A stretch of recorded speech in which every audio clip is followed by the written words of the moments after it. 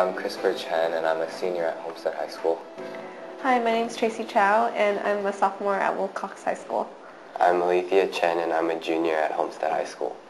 I'm Ted Blomquist. I'm retired and a volunteer at the Senior Center in Sunnyvale. I'm Joan Blomquist, and I also am a senior at doing volunteer work at the Senior Center. And I'm Juanita Harris. I'm a part-time reference librarian here at the Public Library. So what were your childhood experiences growing up here in California? I grew up in the Redwood City Menlo Park area and went to all the Redwood City schools, and then went to San Jose State, then got married and went in the Air Force. Came to Sunnyvale after we got out of the Air Force and have been our home in Sunnyvale since 1956. I was born and raised in Palo Alto, went to Palo Alto High School, went to San Jose State where I met Ted, and grew up in Palo Alto when it was a very small town of 17,000 people at the very most. After we finished college and were married, we moved to Sunnyvale, as Ted said, and we've been here ever since. Juanita? Well, I was born and raised in St. Paul, Minnesota. So was my husband. And he worked at Minneapolis Honeywell for several years. And a headhunter came by, and Lockheed was looking for employees. Lockheed and what's the one up in Boeing aircraft. So he had the choice of going to either one. But we opted for Northern California because I had relatives in Southern California. So we opted for Lockheed, and so we came out here in 1960, and he worked there for 35 years. And we've been in the same house since 1963. So can you share with us an experience growing up, like, in your family life as children? Well, when I grew up in Redwood City, most of the people did not lock their front doors because they didn't know where the key was to lock the front door. And it was a very safe neighborhood then. And I guess now it's like any place else, you better lock your doors when you go to bed at night. Things have changed drastically as far as home burglaries and that type of thing. But in Redwood City, everybody knew everybody, and it was a very safe community. It's like when we first came to Sunnyvale, everybody knew everybody. There was only 17,000 people here. And you didn't need to lock your front door every night where you do now. Joan? Experience as I was growing up. I grew up in a family of 3 girls. Went to high school, as I said, in Palo Alto. I think one of the main things that I remember as a young person, say in junior high school, was my mother had a baby. And that was my little sister. And that was a great experience for our household. We were both teenagers at the time, and number 3 came along. So she's always been a very special person in our lives, kind of almost like your own. So it was a very, very good thing. In St. Paul, Minnesota, the black community was so small, we were all related. So it's true. Everybody knew everybody's business. Everybody knew us. We knew everybody. And we knew, who was going with who and who didn't come home last night when they should have. It was just a very small community, very personal, but a lot of fun. I enjoyed it a lot. Growing up in Minnesota is really, really nice. The change in scenery makes life just great. You have the summer, then you have fall, when the leaves turn, and then in the winter you have snow, and yeah, it's cold. It's like 20 to 30 below, but you have the snow, and then in the spring again you have all the flowers. So it was nice growing up there. I know Ted kind of already brought up this a significant change, like, in Sunnyvale that you've seen. Like, I was wondering if Joan and Juanita could give, like, what's the significant change that you've seen in Sunnyvale? Significant change in Sunnyvale since we moved here, I guess I'd have to say the tremendous growth, the loss of all of our orchards, When we first moved in here and my children were tiny, I could walk around the corner and buy strawberries out of the fields. And behind us were the cherry orchards. We miss all of that, and all of that now is houses and condos and, you know, a lot of buildings. So I think that's the one thing that sticks in my mind that is a tremendous change to the area. I would have to agree. The orchards are all gone, and it really is. It really has changed the landscape a lot. But you know, progress. There's not too much you can do. You know, but Sunnyvale has grown. So I think when I moved here, there were like what 36,000 people. Probably. Now there's what 136,000 people. So, and I think Sunnyvale probably has gotten to its limit now. I don't think there's any more room anymore for anybody to grow. It's just been. It was a nice place to live. Could you guys talk about an event or incident in life where living in Sunnyvale has changed your life in any way?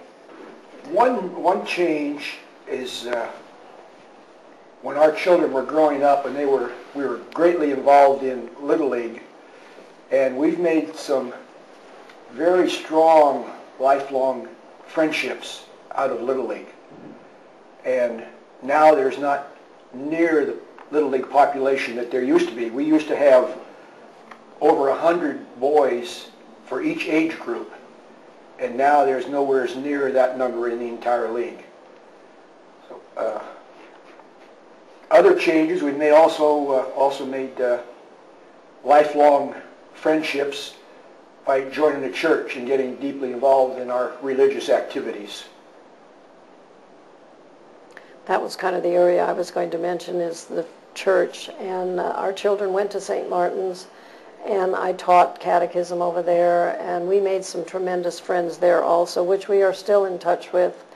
And as big as the city's gotten, we've remained friends all these years, and that's very meaningful to both of us. It's funny, but that's Little League is where I knew the Blomquists, because our kids all played together, and so that's how I knew the Blomquists and half of Sunnyvale, I guess, because it was just a tremendous amount of kids. When I moved into our house in 1963, we live in a court, and there are 8 houses in that court, and there were 20 children in that court under the age of 12. Now that's just how many people, you know, just how the juvenile population was then. Now, I think the woman at the corner has 2 children. There are no more kids in the court at all, and that's, I think, kind of sad. I miss the kids.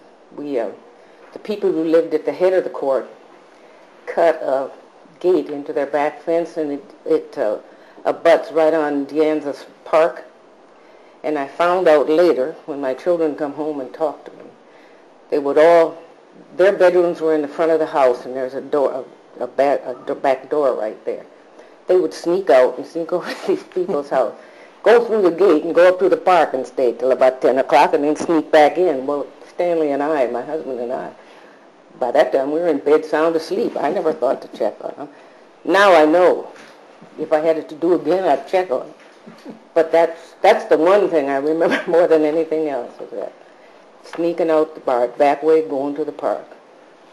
And Ted, when we were at the Anza Park, they had 5 leaders up there, and those kids could go up to the park all day long and come home at 9 o'clock at night, and there was somebody there leading classes, teaching them how to play ball, chess, whatever, all day long until 9 o'clock at night. It was wonderful, really wonderful. Juanita mentioned 20 children in her immediate area. In our area, there was 7 houses on each side of the street, and there was 41 children out of those 14 houses that went to Pippin Grammar School. Now, when we moved in, there was no Pippin Grammar School. There was no Homestead High School. Then they built Pippin Grammar School. Now Pippin Grammar School's gone, but Homestead is still there. And with these 41 children, we didn't need babysitters from outside the area. We just babysat each other. Many times, New Year's Eve parties, we'd just block off each end of the street and have our party right there, and every half hour or so you go home, you check on your kids, you come back and continue the party. And that's the way we solved that babysitting problem that many years ago. Now I think we've got maybe 3 or 4 elementary school children. In fact, it's got so small that we don't even stay home on Halloween anymore, because at the most there's 2 or 3 children that are going to say trick or treat. So we go down to San Jose and help trick or treat our grandchildren down there. What do you hope to see in the future of Sunnyvale? I hope to see the mall that is supposed to be demolished. I hope to see that demolished and that area put back to where it was many, many years ago, like a downtown area. And what I still haven't figured out is why all the gasoline stations on El Camino are disappearing, and they don't seem to be replacing them with in any of the locations. So I don't know where all you people are supposed to get gas for your cars. Well, I definitely want to see our shopping come back. I think Sunnyvale, for the size of town it is, it's a shame we don't have any really good shopping. We have Macy's and Target, and everybody else has a lot of shopping. We all have to leave Sunnyvale to go to do any good shopping, and I think that's a shame. And I can't wait for them to knock it down also. I don't know whether it's going to happen in my lifetime, the rate they're going, but I think we need to go back to a conventional town with storefronts, and I think that'll help Sunnyvale really bring in more people to use our shopping and our restaurants. We've got a lot of small restaurants on Murphy Avenue that are very neat little places, but people aren't going to be going there if there isn't anything else to attract them. So I hope that will change and put Sunnyvale back on the map. I love Sunnyvale. It's a wonderful town. It's a safe town. And I think what we're all saying here about when our children grew up, it was safe to let your children go outside. I don't see children playing in their neighborhoods at all anymore because it isn't safe. And that is a sad thing, that we have these little people in our neighborhood, but we never see them because their parents don't let them out. And that's too bad. So I hope that changes. I would like to see a new library, because I think that we have outgrown this library, and we really need a new library. And I don't know whether we can go up or out or what, but somewhere along the line we have to get another library. But that's what I'd like to see. And I know it's not going to be done before I leave, but it needs to be done, and done soon. How about that's my plug for the library. But I must admit, I hate to shop. So shopping is not one of my things, but I do like to go to restaurants. And yes, I do patronize the ones on Murphy, so we go to restaurants all the time.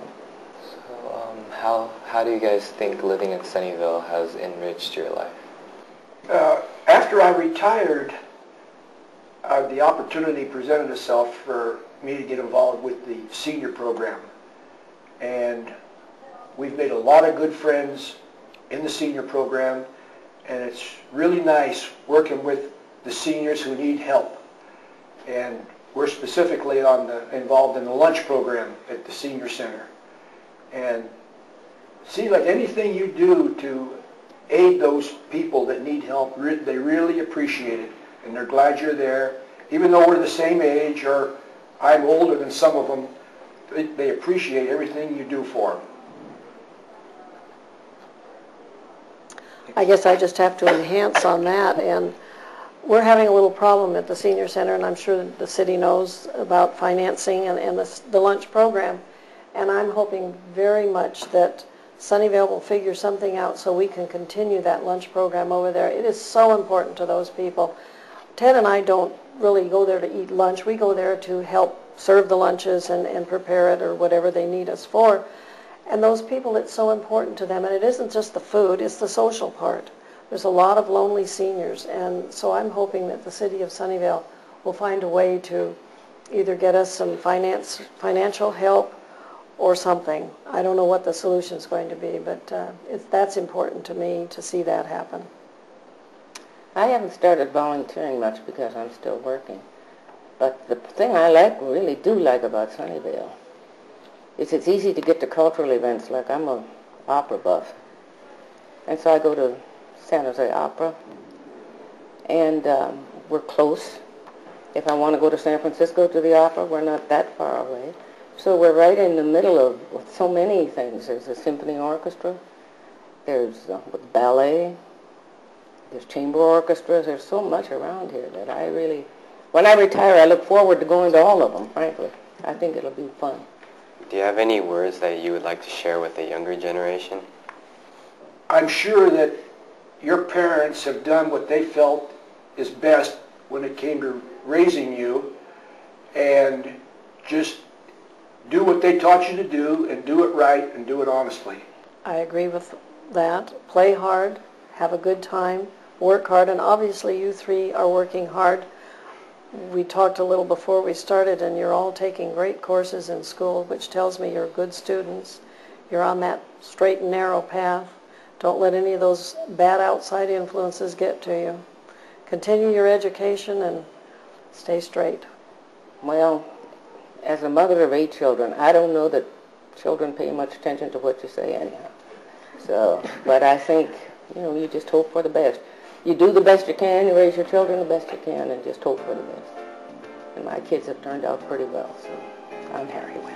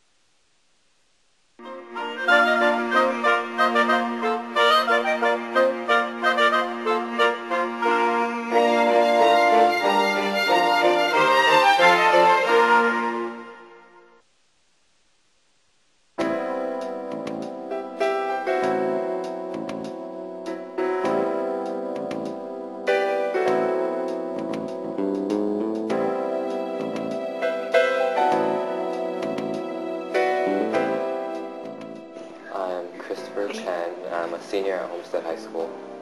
Hi, my name's Tracy Chou, and I'm a sophomore at Wilcox High School. I'm Altheia Chen, and I'm a junior at Homestead High School. I'm Aldine Looney. I've lived in Sunnyvale for 50 years. I'm Michaelena Hughes, and we've lived in Sunnyvale since 1946, and I'm a volunteer for the city of Sunnyvale. I'm Bob Hughes, and I've lived here with this young lady all these years, 60 years married, and live here in Sunnyvale, and I'm retired. So where were you born? I was born in San Francisco.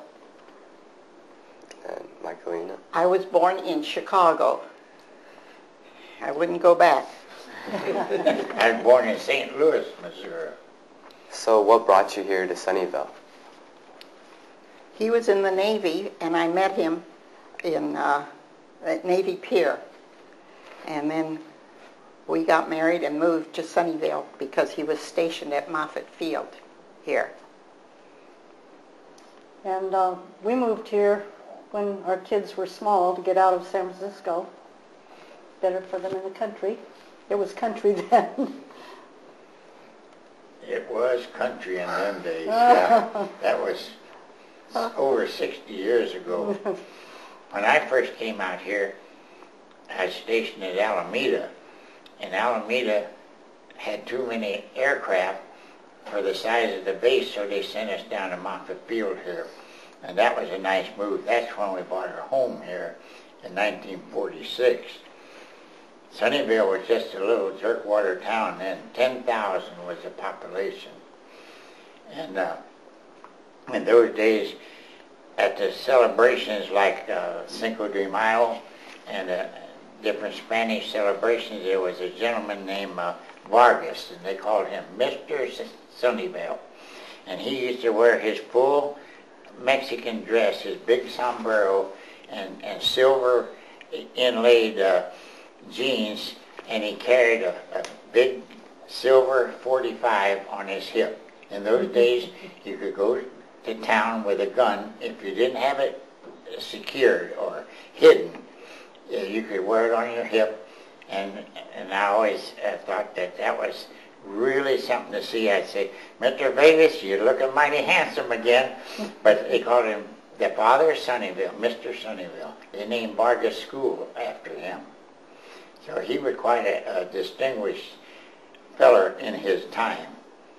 Of course, now they've all passed away. Could you guys also recount some of your childhood experiences? I can't go as far back as he talks about, but we bought our home, and it was in the middle of an orchard. It was a dead-end street with about 13 homes on the street, and it was off of Fremont Road. And we could walk out into the orchard and pick any of the fruit we wanted because there was so much of it then. We had 12 apricot trees just in the backyard, and we would take it to the cannery because we had too much. In fact, some people would come and pick it and do that, take it and have it canned. But it was we're still county. We were county then. We weren't part of the city. We were part of the county. And then after about 10, 15 years, or I don't know how long, they redistrict the area, and they annexed us into Sunnyvale. And we had to change our address, and I had to write all my, correspondence to change our address. But Sunnyvale in them early days was such a nice city. They had the cannery, Shuckle's Cannery, and they had Libby's Cannery. And then Westinghouse came down later from Emeryville, and that was the three big employees of the time. The ladies all used to work at the cannery, and I used to slip over at night and out of Moffett Field, and I'd run a forklift, and they'd tell me to back up them ladies with the lugs, the boxes, the wooden boxes they call lugs, of apricots and pears and peaches, and that was a busy time. You had to run that forklift, back up, get a bunch of lugs, push it up to that lady, and boy, they would go through those so fast. They really had a system, and that was the big employers of the day. We didn't have no electronics in those times. It was all ranching and farming. I went to school for a few years in Los Gatos. I went to Old Town. You know where Old Town is down there? Mm-hmm. That was a grammar school. I went there. Yeah. Then we went back to the city, and my kids were born on the peninsula here. And we all cut cots. The kids did too. In the summertime, we'd cut cots and lay them out for drying, and got a little pin money that way. I've been in the same house also for 50 years. So I remember, what were they charging? 50 cents a tray? You got I think we did them by the 40-pound lug boxes. So many lugs, yeah. We got 15 cents or 20 cents a box to cut those and take the pits out. Mary Annie's had the big cot industry then, and you had to lay them out on the edge. You couldn't damage them. They were fussy about how to lay those cots out on the trays. My wife here, Michaelena, she cut cots too for the Mary Annie's. All the ladies used to cut cots for summertime. It was enjoyable. They could talk. They kept their hands busy. It was kind of sticky. Some of the cots were extra ripe, and they made sure that they all dried, and they put them in those sulfur furnaces, cook them, and lay them out on the ground, just right on the ground. But the flies wouldn't bother them because of the sulfur. When they sulfured them in the ovens, then they just dried in the sun. They were naturally dried, not forced by machinery. It was so nice how golden those trays looked. And still they do that now at the Heritage Orchard. In the summer, Olson's will have them back out there on a display. Like to show the old times, how they did in the old times. It's very nice, very, very interesting. So what are some changes that you've seen that occur in Sunnyvale? We've seen all the trees disappear, all the orchards. All the roads. All the roads and big buildings. As they said, there were 10,000 people when they moved. I think it was 12 by the time I came here, so it was just a country town. All the high rises. We never had a high rise over two stories. Never. The homes were all usually one level, ranch style. They call them ranch style homes, yeah. But the Highway 9, they call it Sunnyvale Saratoga now. But all the old folks knew it as Highway 9. It went to Saratoga. From Sunnyvale to Saratoga and then up over the hill. They didn't have 17 in those days, and you took the old route, Highway 9, down to Santa Cruz, or you took the other route off of Los Gatos down through a little town, let me think of what that was now, Holy City. They call it Holy City. A preacher was down there in those days, and he had a kind of a cult. They all used to say, oh yeah, they beat them kids over there. But they had, that was Holy City. It was just a hole in the ground down at the end of the mountain going to Santa Cruz.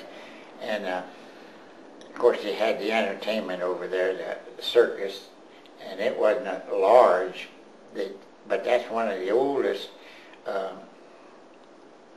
amusement parks, I guess, in the state, was that boardwalk at Santa Cruz, and they used to have Miss America contest over there. And of course all the young sailors, all of us would blow out from Moffett to go over to see the babes. It was a nice show they put on, and it was famous for years of being the Miss America center of the world. Now they don't. They have it in Vegas, or they have it in Atlanta, or up in New York somewhere. Anyhow, it's kind of a thing of the past. But they had a lot of early times, good times in this city.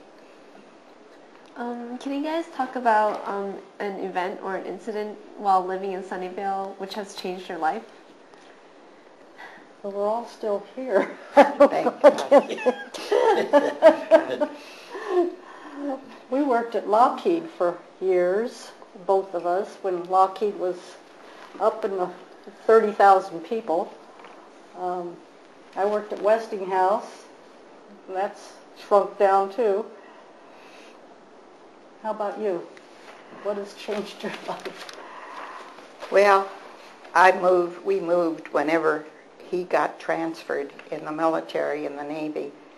And so I would work at a job, and then when he got transferred, I would have to give up my job. So I never was able to get any retirement pay from my jobs because I never stayed long enough.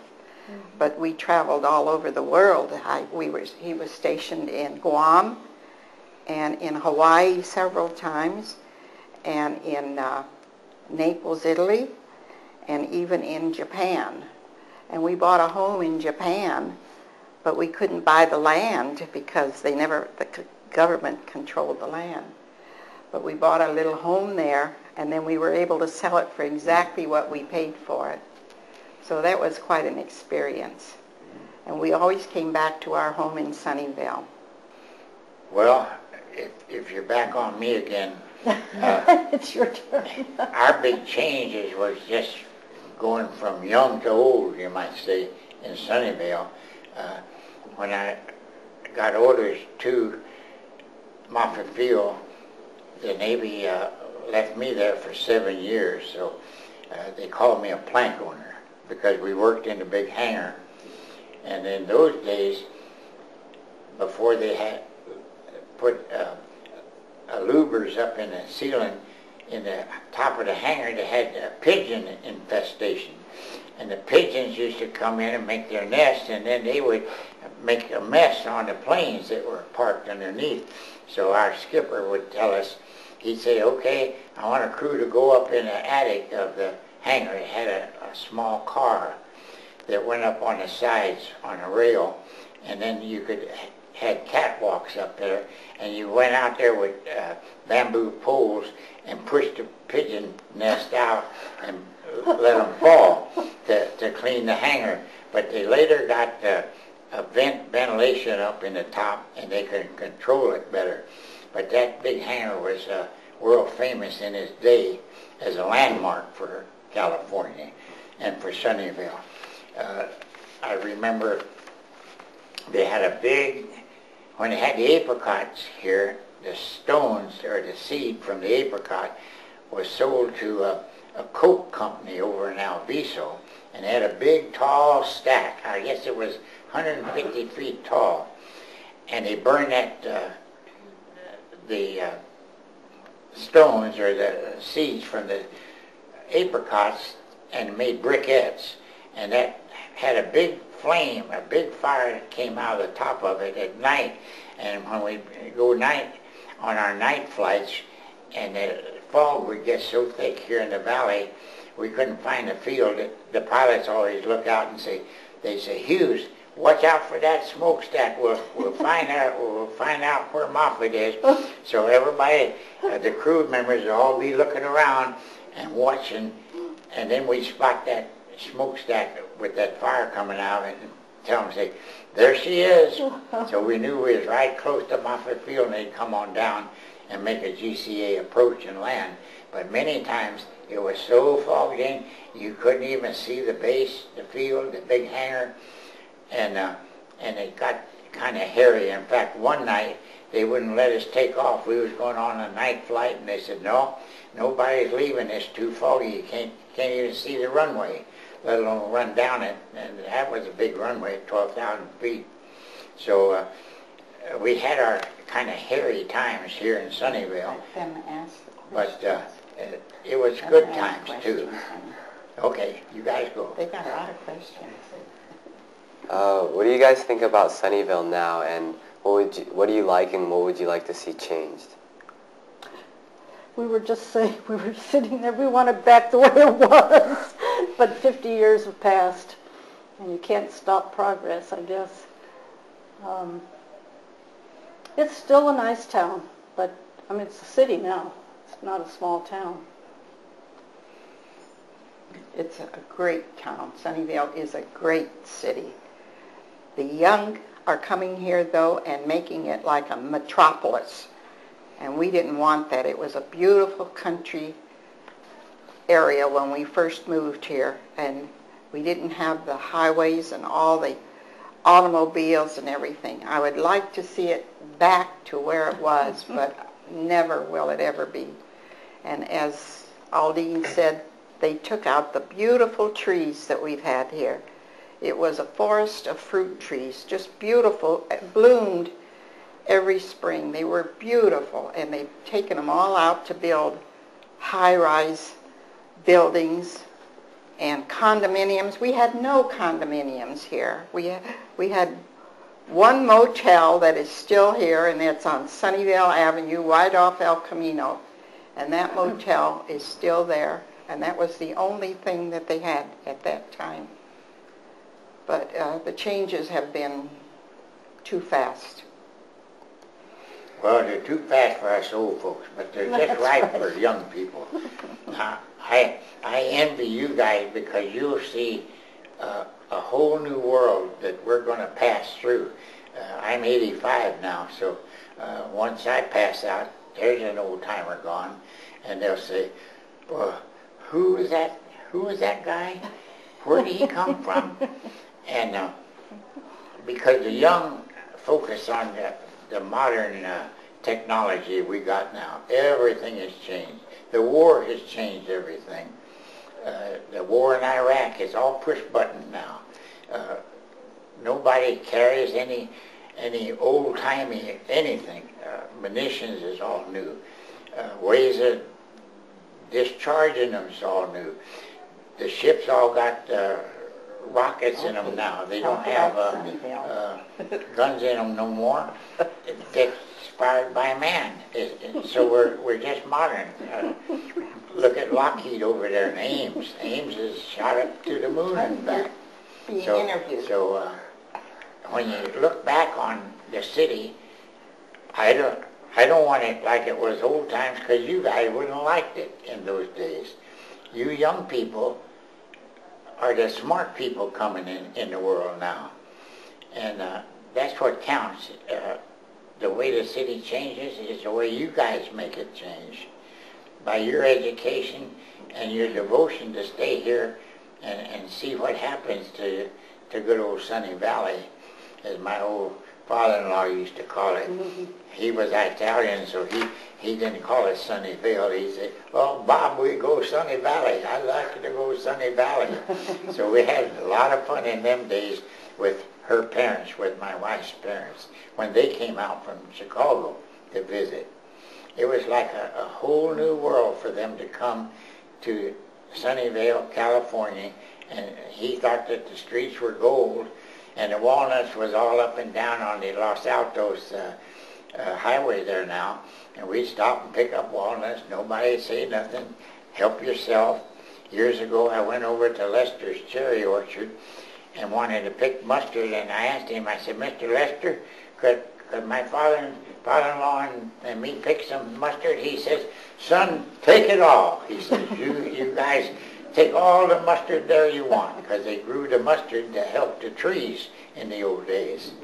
So you can't change it now. It's all too automatic. We're all living in stoplights and parking garages.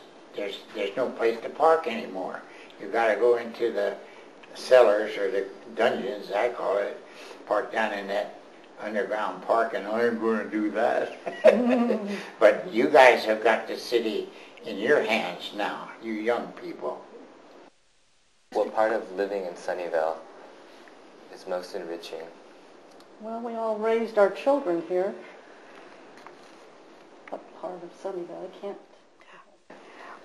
When we were living here and our children were small, they were able to play in the street.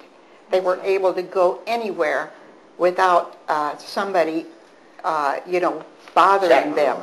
Yeah. Or they were free. We didn't have to worry about them. They went anywhere they wanted. They'd get on their bikes and roam the area, and I never worried about them because we knew they were safe. But you children and your families, you have to be so careful now in Sunnyvale. It's not just Sunnyvale, though. It's the whole world is what it is.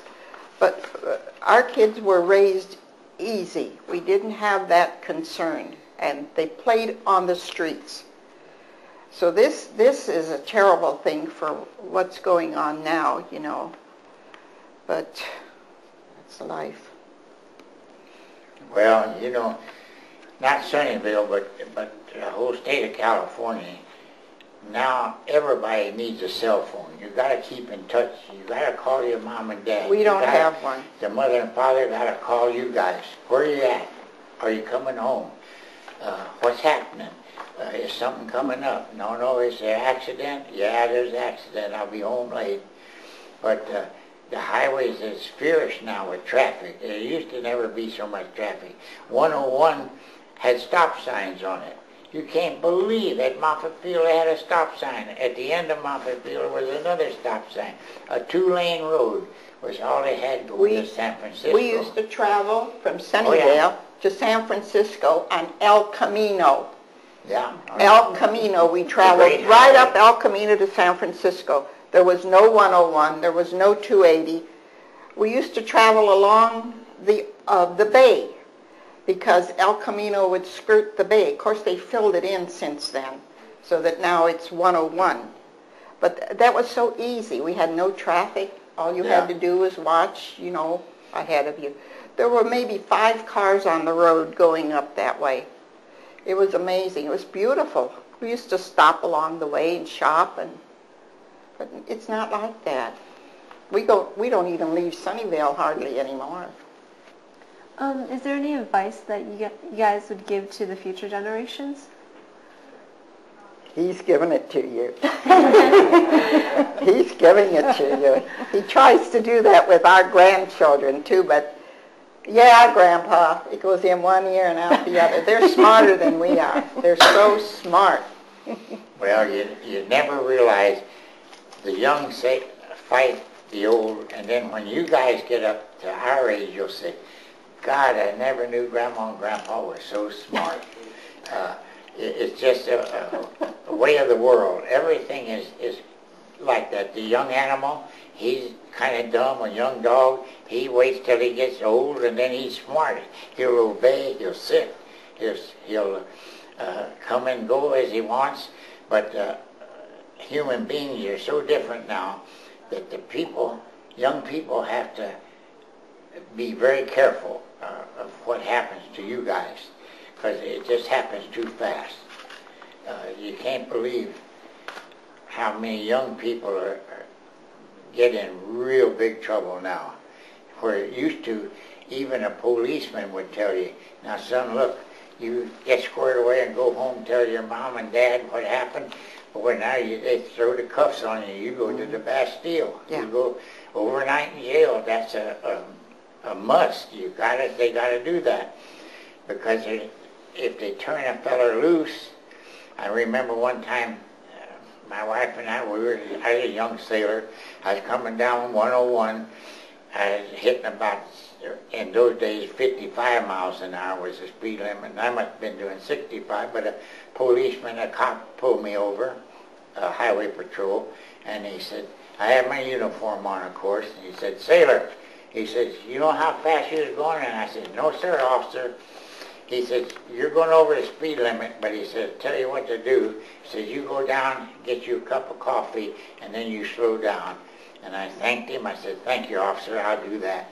And we obeyed. I went down a few more, wasn't miles, but it was when I run into a diner down on 101, pulled in like in Mountain View, had my coffee, and the wife and I, we were both young and cocky in them days. We were going to eat up the world, but we simmered down, and that was all that was said. So people were nice to each other early on. Only later has everything got kind of out of hand for demonstration. Nobody demonstrated against anything. There was nothing to fuss about. High schools didn't demonstrate. They had good camaraderie at Fremont High against you guys at Homestead. That was a big fight over there all the time. With the ball games on Friday night, you could see free ball games at the high schools, and they played good ball in those early days, and they still play good ball now. But you had too much trouble sometimes in the parking lots and kind of people blowing their cool. But you guys got a good world coming up for you anyhow. You can believe that. I can see that now. As dumb as I am, I can see that that's a good, you guys have got a good world for you young people to come into.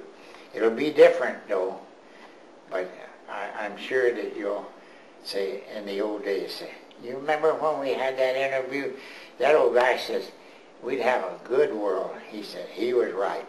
So let's hope so, huh? How about you? I'm afraid he's telling you too much, scaring you. I don't know. It's fine. It's fine. What was your question? Oh, I was just asking what advice you would give to future generations. Well, you remind me of our grandchildren. We have 6 grandchildren, and 2 of them are in high school, getting out, and then one's quite a bit younger. And it's what we tell our grandchildren: look ahead, think ahead, and always be wary of what you're doing. Be careful, and take your parents' advice. They know a lot more than what you do. That's all I can say. But you just remind me of our grandchildren here, and I wish the best for you.